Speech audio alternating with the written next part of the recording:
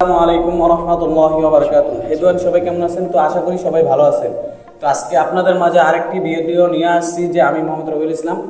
তো ভিডিওটা কি জন্য নিয়ে আসছি, আজকে অনেক একটা কঠিন একটা কথা আসছে যে আমি চরমনায়ের বিষয়ে ভিত্তিক যে ইসলামিক ভিডিওগুলো সারি, তো এটা কি জন্য সারি। তো দেখেন এক ভাই কমেন্ট করছে, কি কমেন্টটা করছে দেখেন, এই যে উঠে রয়েছে, কি বলছে, আমি ভণ্ডামি করি, আমি রবিউল ভণ্ডামি করি। আরে বেটা, তোর সামনে যদি ভিডিওটা যায় থাকে, তুই একটা কথা মনে রাখিস, আমি রবিউল তোকে ভয় পাইয়ে কথাবার্তা বলি না। আমি নেট দুনিয়া ভিডিও সারি এই জন্য যেন দেখতে পায় মানুষের বিরুদ্ধে কতদূর কথা বলি ও মানুষের সামনে এসে কোনটা ভালো কথা বলি কোনটা খারাপ কথা বলি। তোর দু একটা কমেন্টে আমার কিছু আসবে যাইবে না, বুঝছস? চিন্তা করে নিস, এই যে কমেন্টটা করছো, এই কমেন্টটা কী জন্য করছো? চরমনাই খারাপ? চরমনাই কী করছে তোরে? চরমনের বিরুদ্ধে তুই কথাবার্তা বলতে যাস কি জন্য? একটা কথা সবসময় মনে রাখবেন সবাই ভাই, যারা এই ভিডিওটা দেখতেছেন, একটা কথা প্রত্যেকে মনে রাখবেন, কুকুরের পেটে কখনো ঘিস হয় না, কুকুরের লেজ কখনো সোজা হয় না। ওর বেকা লেজ বেঁকেই থাকে, কখনো সোজা হবে না। ও যে কুকুরের চেয়ে বেশি নিকৃষ্ট, মানে কুকুর এরকম অবস্থা, কুকুরের পেটে কখনো ঘিস হয় না, তো ওর পেটে ওরকম ঘিস হয় না, এই জন্য এরকম কমেন্টটা করছে। সবাই একটু ভিডিওটা সবাই আগুনের গতিতে শেয়ার করবেন ভাই।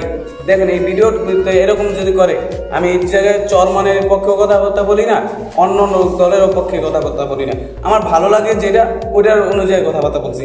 এই জায়গায় লোকটা বলছে কি আর আমি এটার অনুযায়ী বলছি কি, কথাগুলো ভালো লাগছে ওই লোকের, এই জন্য আমি এই কথাটার আর কি রোস্ট করে আসি, এই জন্য ও কমেন্টটা করছে কি দেখেন ভাই। সবাই একটু শেয়ার করবেন ভিডিওটারে, আর ওর কাছে পৌঁছানোর একটু ব্যবস্থা করে দেবেন প্রত্যেকে, যেন ও দেখতে পায়। আর এরকম হয়েছে, কুত্তা তো কুত্তা কখনো ভালো হয় না, কারণ কুত্তা এরকম যে দেখবেন, আমি আগে লাইভ করতাম, এই লাইভের জন্য আমার রিপোর্ট মারা হয়েছে আইডিগুলোতে।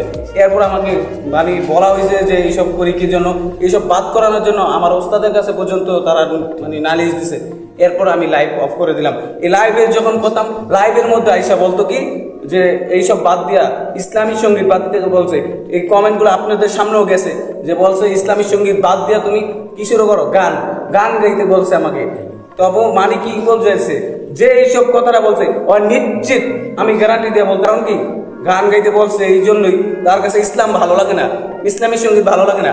আমি তো আপনাদের সামনে লাইভেই বলছিলাম যে ইসলামী সঙ্গীত গাই, এটা আপনাদের কাছে ভালো লাগে না, কিন্তু যদি উল্টাপাল্টা কিছু করি ওইটা আপনাদের কাছে ভালো লাগে। কি সুন্দর গান দিয়া বাজায় সারুন, ওইটা ভালো লাগবে। বিনোদনমূলক মানে জিনিস যেগুলো আছে ওইগুলো করলে আপনাদের কাছে আনন্দ খুব ফুর্তি লাগে, কিন্তু ইসলামিক যে সঙ্গীতগুলো গাইতাম এগুলো আপনাদের কাছে ভালো লাগতো না।